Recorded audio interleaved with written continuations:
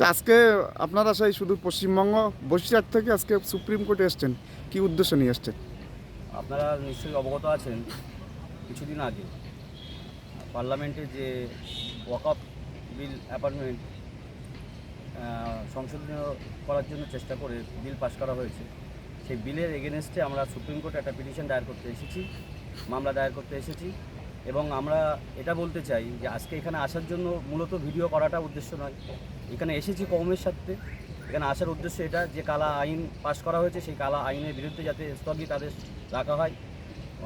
মহামান্য আদালত, ভারতবর্ষের সর্বোচ্চ আদালত, যেখানে আমাদের বিশ্বাস আছে, যেখানে আমরা আস্থা রাখি এখনও, সেখানে আমরা একটা মামলা দায়ের করেছি। এই জন্য যে কালা আইনটা পাস করা হয়েছে, সেই কালা আইন যেন বন্ধ করা হয়, স্থগিত আদেশ রাখা হয়।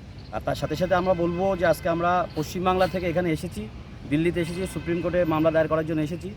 যারা আজকে যাদের কাছে ভিডিওটা পৌঁছে যাচ্ছে, যাদের কাছে আমাদের বার্তা পৌঁছাচ্ছে, আমাদের উদ্দেশ্য এটাই, ভিডিও করার উদ্দেশ্য এটাই যে বেশি বেশি করে যেন পিটিশন দায়ের করা হয়। যেভাবে আন্দোলন চলছে পশ্চিমবাংলা তথা সারা ভারতব্যাপী, এই কালা আইনের বিরুদ্ধে যে আন্দোলন চলছে, সেই আন্দোলন যেন অব্যাহত থাকে, আরও জোরালো থেকে আরও জোরালো হয়, সে আশা আমরা রাখবো। যারা যেখান থেকে যেভাবে আন্দোলন করছে তাদেরকে সাধুবাদ জানাই।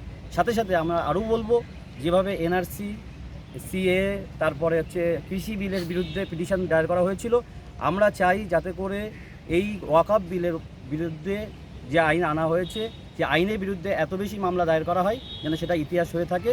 এবং চিফ জাস্টিস যিনি আছেন, তিনি যেন সেটার এতটা প্রেশার তৈরি হয়, ক্রিয়েট হয়, সেই প্রেশারের ফলে উনি যেন এই আদেশকে স্থগিত দেন এবং বন্ধ করে রেখে দিয়ে যাতে ওয়াকআপ বিলটা, সেই মুসলিমদের সম্পদ, বাপদাদা রেখে যাওয়া সম্পদ, সেটা যেন ন্যায্য জায়গায় থাকে, বহাল থাকে, সেটা আমরা কামনা রেখে আজকে আমরা সুপ্রিম কোর্টের দরজায় এসে দাঁড়িয়েছি। আচ্ছা স্যার, আপনি এই কেসের আজকের উকিল হিসেবে নিযুক্ত হয়েছেন, আপনি কিছু যদি বলতেন। না, আমরা প্রথম থেকেই বলে রেখেছি যে এই অ্যামেন্ডমেন্ট বিল যে গভর্নমেন্ট নিয়ে এসছে, বিজেপি গভর্নমেন্ট, যেহেতু এখন পার্লামেন্ট থেকে পাস করিয়ে নিয়েছি, ওদের কাছে নাম্বার ছিল, মেজরিটি ছিল, কিন্তু আমরা মানি যে এই অ্যামেন্ডমেন্ট বিল আনকনস্টিটিউশনাল, ইললিগাল, আর এই একটা ইভিল ইন্টেনশনের জন্য নিয়ে আসা হয়েছে। তাই আমরা ওই কনস্টিটিউশনালিটি চ্যালেঞ্জ করেছি। আমরা এখানে প্রসেসটা আরম্ভ করেছি এই ডিক্লেয়ার করার জন্যে যে কতগুলো আর সেকশন যেটা বিলে এখন পাস হয়েছে, ওরা সব আনকনস্টিটিউশনাল। সুপ্রিম কোর্ট ওটা ডিক্লেয়ার করে দেবে।